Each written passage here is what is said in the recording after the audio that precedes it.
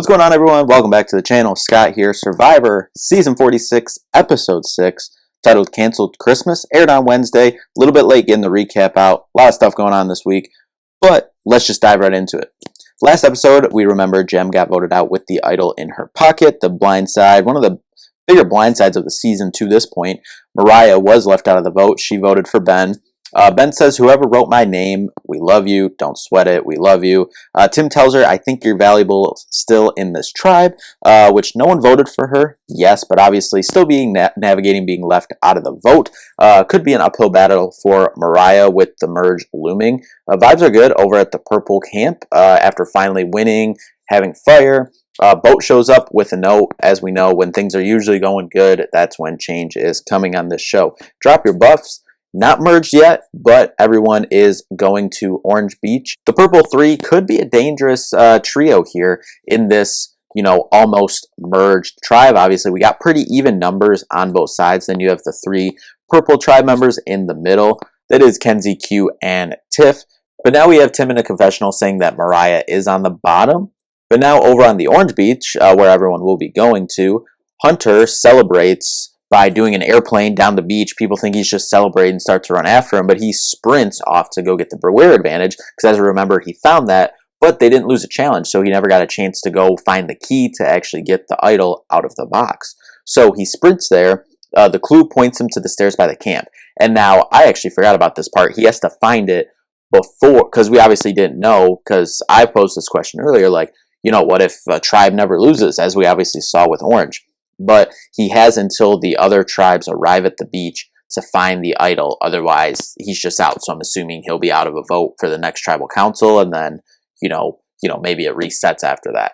I'm not sure. I am curious how that works. Maybe that's just because I'm a nerd weird about the game and, want to know, like, oh, if this happened, what would happen, whatever. But anyway, he's at the stairs by the camp looking. Venus and Soda are having a weird convo in the back. They're kind of getting snippy with each other. It's, very, very weird, everyone's hate towards Venus, or, whatever. Hopefully she finds better footing, with a merged tribe and some new tribe members coming in. Obviously, I love her. She's my winner pick. I picked her for a reason, but they're arguing while Hunter's looking under the stairs for the idol. As soon as he finds the key, Liz shows up to talk. Thankfully, he's able to kind of play it off well. Don't think she really sees anything, and then he sprints to the box to secure the idol just in time. Now everyone's arriving on the beach. Tevin's taking the human approach to trying to make everyone feel comfortable. Tim trying to keep on wraps that Mariah was left out of the vote last tribal council. Venus talks with Q, Tiff, and Kenzie about working together. Hey, I like that foursome right there. I hope that happens. Tevin tells Q and Tiff to be careful of Venus, so now we got, competing sides or conflicting opinions here. Cracks are there for the Purple Three, as I said. I think they can make some noise coming in the second half of this game. Hunter, Tim, and Q still like that Journey Alliance where they all said they were going to pick the person they trusted the most, have a final six right there, and then, go at it. Tevin, Maria, and Tiff were the plus ones of that alliance to get to that six. Q talks with Maria. She's confused about it and thought Ben was Tim's number one because Tim never brought it up to her. Tim says he wants to work with the six, but is still looking around and weighing his options. Venus asks Tim and Mariah if they're staying strong with their tribe. She wants to give a name for a name, but they're not giving her anything. But Mariah does kind of get good vibes with Venus. Mariah says how strategic Venus is, though, that she doesn't really want to work with her, though, because she could be dangerous going forward in this game. Mariah tells Charlie about this, and then Charlie and Tim chat about this as well. And then we go back to the plus one alliance here. Maria says that she's down to do the final six alliance, or the plus one alliance, however you want to call it. That's just what I've been referring it to as, with Tim, but she's here to play her game, not to play Tim's game. Q tries to talk to Mariah about strategy, but she doesn't give much and said that Jem voted for Ben, so she's still keeping everything close to the vest and not revealing what really happened last tribal. Afterwards, Q goes to Hunter and says we can't trust her. She said her favorite player was Audrey, who was setting people up the whole game, as Q said. Then we head to the challenge. They split up the groups into two tribes. The tribe that wins earns the merge buff and a merge meal, plus immunity at Tribal Tonight, where everyone will be voting, not just the members who lose. There's one gray rock in the bag of rocks when dividing up teams, and they get to basically sit out the challenge and choose which tribe will win. And then if that tribe wins, they get their merge buff, merge meal, everything safe tonight. But if not, then they're vulnerable tonight. Tiff gets the gray rock completely in terms of eye test perspective, to use Jeff's, kind of words and, a process, kind of a lopsided draw. On one side, it has all girls and one guy. The other side, all guys and one girl. Now that doesn't say that, because, there's all guys on this tribe that's so much more dominant and they're going to run away with it. Like, these challenges are supposed to, in theory, not be, kind of biased in that sense. It's supposed to be everyone can do it, not, whatever. Jeff points that out. Now we divide it up, and the tribe with all girls and one guy is the orange tribe, and then all guys, one girl is purple. Orange took the early lead, but purple fought back. Orange closes it again on the puzzle and makes it interesting, but Hunter and Q close it out on the last section of the puzzle for purple to win, plus Tiff wins as well, obviously, because she picked them in the beginning.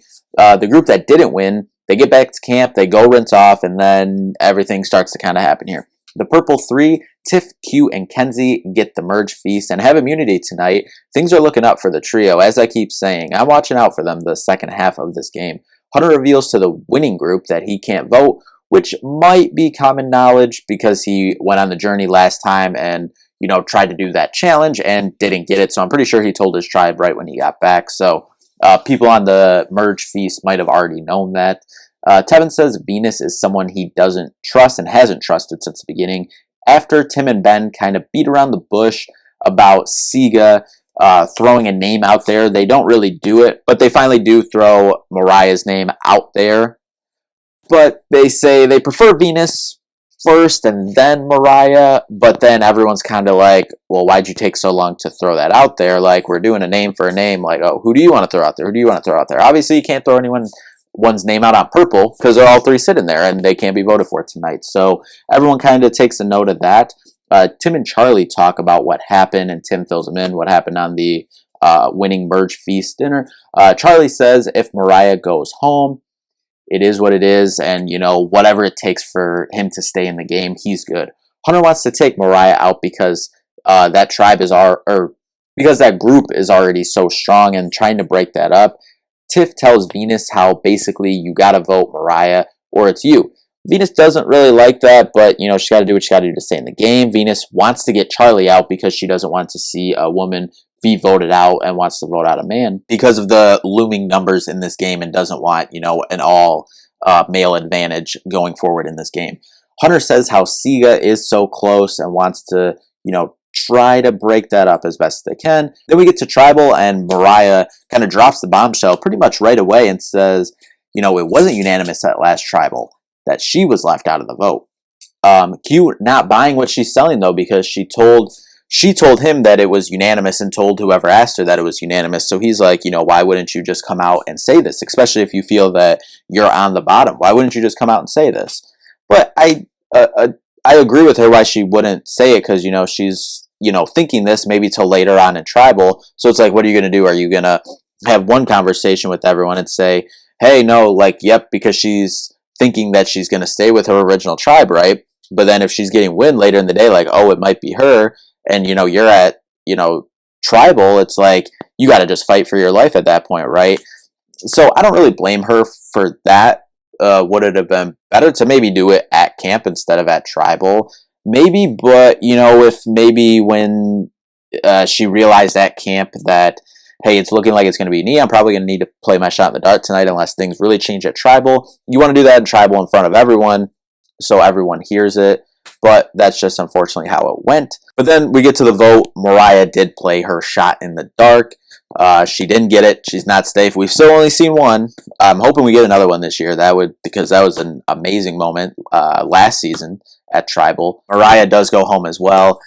So then afterwards, they're officially merged. They get their merge buffs. Then next week, it looks like 2 people are going home. Preview showed some possible Purple 3 drama, Q, Tiff, and Kenzie. With Tiff saying this isn't the Q show. Could be editing there. Maybe could be, something. But I'm hoping, I'm pulling for the purple 3. I hope they go far in this game. Obviously, I still have my winner pick Venus in the game, so obviously I hope she does well. But I'm pulling for that purple 3. That was a rough beginning to the game for them. But anyway, another amazing episode. Survivor Wednesdays are always the best and always leave us on the edge of our seats. And now we are heading into the second half of the season. Now that the tribes are merged, I'm interested to see what happens the second half of the season and if Purple can maybe find themselves again as they kind of were this week, even though it was a pretty much unanimous vote, if they can maybe find themselves sliding towards a power position in this game. Be interested to see. We'll be back next week to talk about another episode of Survivor. But thank you all so much for watching. We'll see you in the next one. Peace out.